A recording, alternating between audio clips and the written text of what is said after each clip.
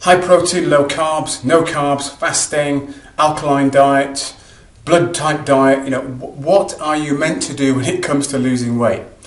Today I'm going to cover for you 3 key things that are going to help you to be able to lose weight and not feel as though you're starving. I'm going to speak about number 1, hormones, balancing your hormones, some of the key hormones.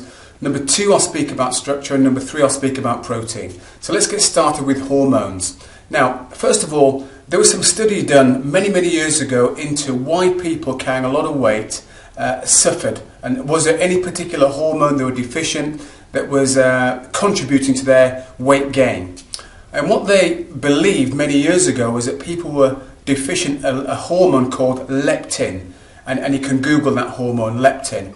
And they thought that people who were carrying excess weight didn't have the hormone leptin, which is a hormone that actually helps you to burn body fat.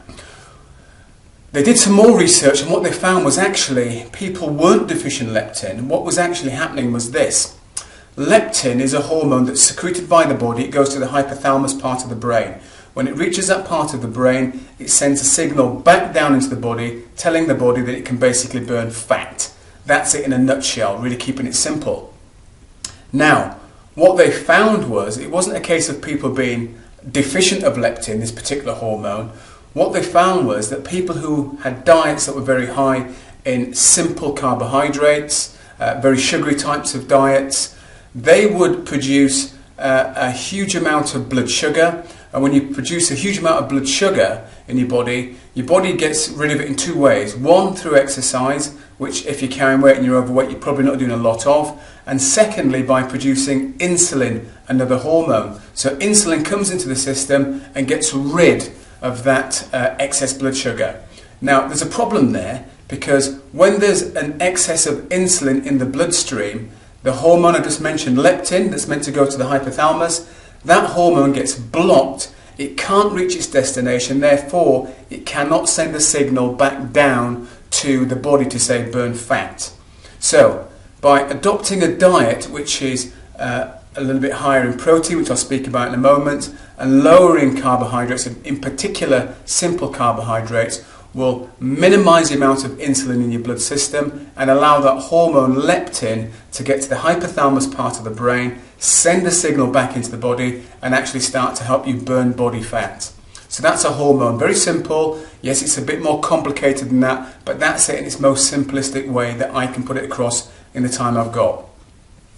The second thing I want to speak about is structure of your diet. Now, you may have heard this 1,000,001 times before, but you need to be eating regularly. And I would suggest every 2 to 3.5 hours, not much more than that. And the rationale behind that regular eating pattern is you keep your metabolism up. So typically a breakfast, a mid-morning snack, a lunch, a mid-afternoon snack, an evening meal. Ideally, if you can, depending on your workload, you'd be having your last meal between 5, really latest 7 p.m, but ideally 5 and 6 p.m. Then that would be it for the rest of the evening. And that's you then going on to your version of a fast. So structure is critical, and it's something that's going to help to keep metabolism ticking along quite nicely, and also help to stabilize your blood sugar levels as well. The third thing I want to speak about is protein. Now, in my experience, when I've analysed, now quite literally, I'm guessing thousands of diets now, one of the first things that I see that people are often deficient is the amount of protein in the diet.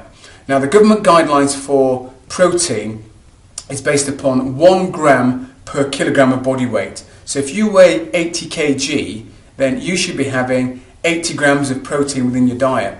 Now, ideally what should happen is at each meal time, so your breakfast, your snack, your lunch, your mid-afternoon snack, your evening meal, when you look at your plate, you should be asking yourself one simple question: where is the protein?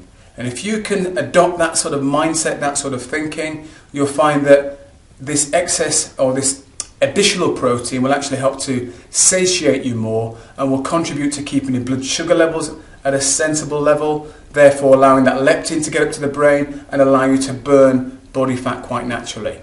So just to quickly recap then, your hormones, you need to balance them out. You need to follow a diet that is pretty much low in carbohydrates and higher in protein in order to allow the leptin to get up to the hypothalamus and minimize the effect of insulin, in fact stop insulin from blocking it.